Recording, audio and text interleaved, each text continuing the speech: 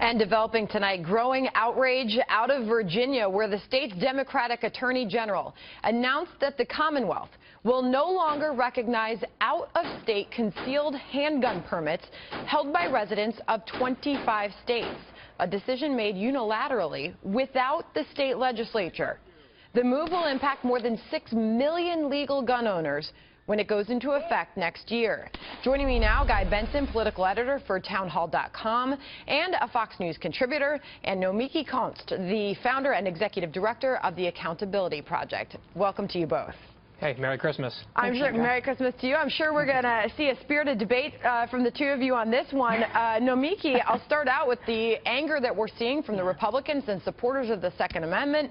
Gun rights activist John Whitbeck, chairman of the Virginia Republican Party, said the Attorney General's announcement was further proof that Democrats have declared war on the Second Amendment. Your take? Listen, I'm here in Arizona right now with my family, and my family, they're all gun owners, they're NRA members, and they said to me, listen, they want stronger gun laws. 75% of NRA members believe that there should be universal background checks, that there should be stronger gun laws on the books. All Virginia is trying to do right now is prevent, they have very safe gun laws on the books in Virginia, as do most states in America. But the states that have the weakest gun laws, they shouldn't allow their citizens to come in and carry, and they don't pass the same rules that the Virginia checks go through. So they're just trying to protect their own citizens. Just like if you smoke weed, if you have a license to a medical marijuana license in Colorado, you can't walk into a state and smoke weed saying, well, I have this medical marijuana license in my state. Why can't I smoke in this other state? State laws matter. And so if you can pass it, though, you can get a visitor's license. Guy, and a clear sign that Americans feel that their Second Amendment right is being stripped away from them and more changes may be coming.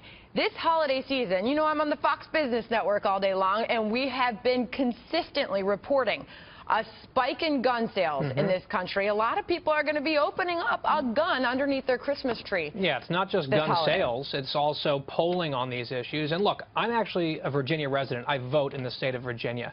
And what's fascinating is we just had an election, Sandra, in my state, and the Democrats in Northern Virginia campaigned on strict gun control laws to try to beef up gun control.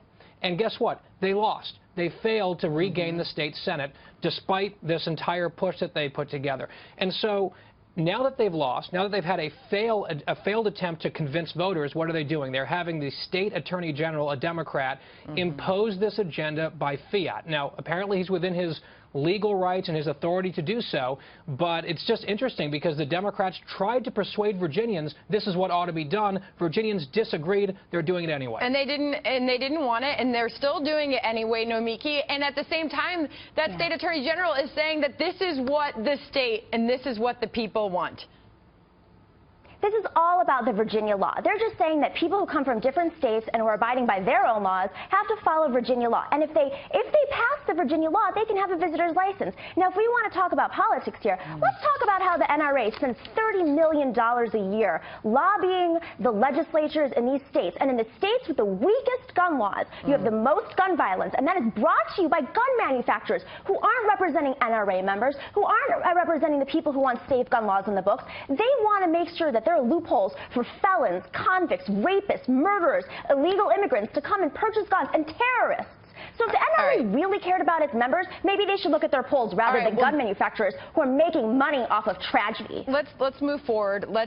This Christmas holiday, you're going to be sitting down watching sports, many of us, and while you're watching basketball, you are likely, Guy, to see the National Basketball Association, the NBA, teaming up with Mike Bloomberg's gun control group. It's called Everytown. You were just seeing a glimpse of it there. This is an ad campaign to end gun violence, okay? The New York Times actually publishing today that this is unlike anything we've ever seen before. We've seen professional athletes speak out and have a stance on this, but until now, no major sports league has lent its name and logo to such an effort. And we are going to see these we're going to see this across all these games this holiday. No, look, everyone is against gun violence, right? Especially law-abiding gun owners. Everyone in America is against gun violence. So, look, I have no problem with celebrities or athletes or whomever advocating on behalf of causes that they care about. I will point out that there was quite a snit fit on the left when Tim Tebow did something similar in an ad for the Super Bowl a few years ago on a pro-life issue. But look, they are well within their rights to get out there and make their case. I'm just not sure if these types of pushes are going to actually bring about new changes in terms of gun control laws, because, again, if you look at public opinion, it is shifting away from gun control, A, and B, the NBA has a bit of a gun violence culture to deal with itself. So this might be a bit of a physician heal thyself situation. No, Miki, you're shaking your head. The ads we're going to feature, we're told, star NBA athletes calling for an end to gun violence. The first 30-second ad is set to run 5 times on Friday, Christmas Day alone. This is going to be a huge focus that they're putting out there on shooting victims. Your take?